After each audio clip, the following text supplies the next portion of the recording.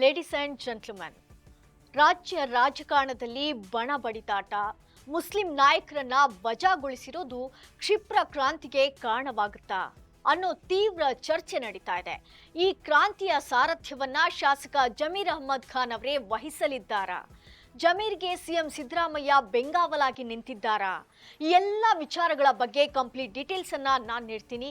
S ವೀಕ್ಷಕರೇ, ನೆಲ ಜಲ ಭಾಷೆಗಾಗಿ ಪ್ರಾಮಾಣಿಕ ಪತ್ರಿಕೋದ್ಯಮ. ನೀವು ನೋಡ್ತಾ ಇದ್ದೀರಾ ಫೋಕಸ್ ಟಿವಿ. ನಾನು ರೂಪಲತಾ.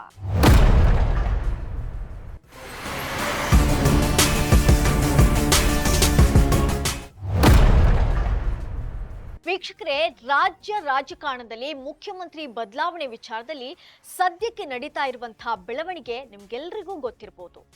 ಒಂದ್ ಕಡೆ ಬಣ ಬಡಿದಾಟ, ಇನ್ನೊಂದ್ ಕಡೆ ಕಾಂಗ್ರೆಸ್ನಲ್ಲಿದ್ದಂತಹ ಮುಸ್ಲಿಂ ನಾಯಕರನ್ನ ಸಾಲು ಸಾಲಾಗಿ ಅಧಿಕಾರದಿಂದ ವಜಾಗೊಳಿಸಿರೋದು ಈಗ ಮೇಜರ್ ಟ್ವಿಸ್ಟ್ ಅನ್ನ ಇದು ಪಡೆದುಕೊಂಡಿದೆ.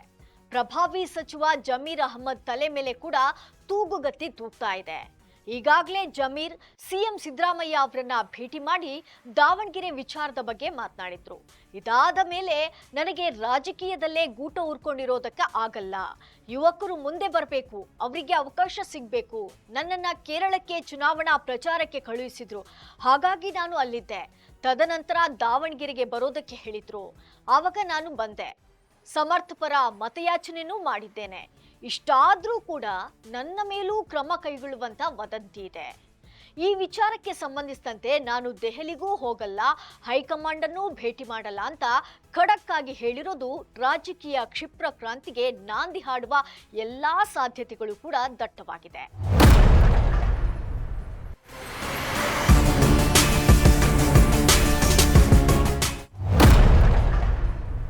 ವೀಕ್ಷಕರೇ, ಕಾಂಗ್ರೆಸ್ನಲ್ಲಿ ಈಗ ನಡೀತಿರೋ ಎಲ್ಲಾ ಘಟನೆಗಳನ್ನ ನೋಡಿದಾಗ, ಘಟಾನುಘಟಿ ನಾಯಕರ ಹೇಳಿಕೆಗಳನ್ನ ಕೇಳಿದಾಗ ಸಿಎಂ ಸಿದ್ದು ಬಣದ ಪರಮಾಪ್ತ ಜಮೀರ್ ಅವರು ಕೆಂಡಾಮಂಡಲವಾಗಿರೋದು ಮಾತ್ರ ಸುಳ್ಳಲ್ಲ.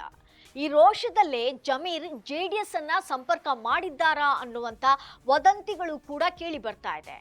ಈ ಬಗ್ಗೆ ಕುಮಾರಸ್ವಾಮಿ ಅವರೇ ಒಂದ್ ವೇಳೆ ಸಂಪರ್ಕ ಮಾಡಿದ್ರೆ ಹಿರಿಯರ ಜೊತೆ ಚರ್ಚಿಸಿ ಮುಂದುವರಿತೀವಿ ಅಂದಿದ್ದಾರೆ ಹೊರತು ಯಾರೂ ಸಂಪರ್ಕಿಸಿಲ್ಲ ಅಂತ ಜಮೀರ್ ಭೇಟಿಯನ್ನ ನಿರಾಕರಿಸಿಲ್ಲ.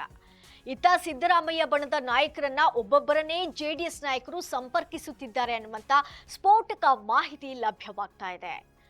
ಗ್ಯಾರಂಟಿ ಹೆಸರಲ್ಲಿ ಅಧಿಕಾರಕ್ಕೆ ಬಂದಂತಹ ಕಾಂಗ್ರೆಸ್ ಈಗ ಮುಖ್ಯಮಂತ್ರಿ ಕುರ್ಚಿಗಾಗಿ ಕಿತ್ತಾಡ್ತಾ ಇರೋದು ಆಶ್ಚರ್ಯ ಮೂಡಿಸಿದೆ. ಹೇಗಾದ್ರೂ ಸರಿ ಮುಖ್ಯಮಂತ್ರಿ ಆಗ್ಲೇಬೇಕು ಎಂದು ಹಠ ತೊಟ್ಟಿರುವಂತ ಡಿಸಿಎಂ ಡಿಕೆ ಶಿವಕುಮಾರ್ ಸಿದ್ದರಾಮಯ್ಯ ಬಣವನ್ನ ಟಾರ್ಗೆಟ್ ಮಾಡ್ತಾ ಇದ್ದಾರಾ, ಅಥವಾ ಯಾವುದೇ ಕಾರಣಕ್ಕೂ ಸಿಎಂ ಪಟ್ಟವನ್ನ ಬಿಟ್ಕೊಡೋದೇ ಇಲ್ಲ ಎಂದು ಸಿಡಿದೆದ್ದಿರುವಂತ ಸಿದ್ದರಾಮಯ್ಯ ಶಿವಕುಮಾರ್ ಬಣಕ್ಕೆ ಟಕ್ಕರ್ ನೀಡ್ತಿದ್ದಾರಾ?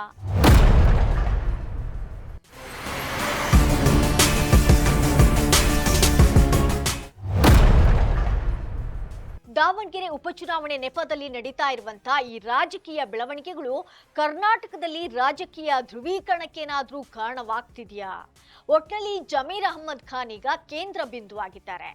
ರಾಜ್ಯದಲ್ಲಿ ಮತ್ತೊಮ್ಮೆ ಕ್ಷಿಪ್ರ ಕ್ರಾಂತಿ ಉಂಟಾದ್ರೆ ಸಿದ್ದರಾಮಯ್ಯ ಬೆಂಬಲವಿಲ್ಲದೆ ಸಾಧ್ಯವೇ ಇಲ್ಲ ಅನ್ನುವಂಥ ವಾತಾವರಣ ಕೂಡ ನಿರ್ಮಾಣವಾಗಿದೆ.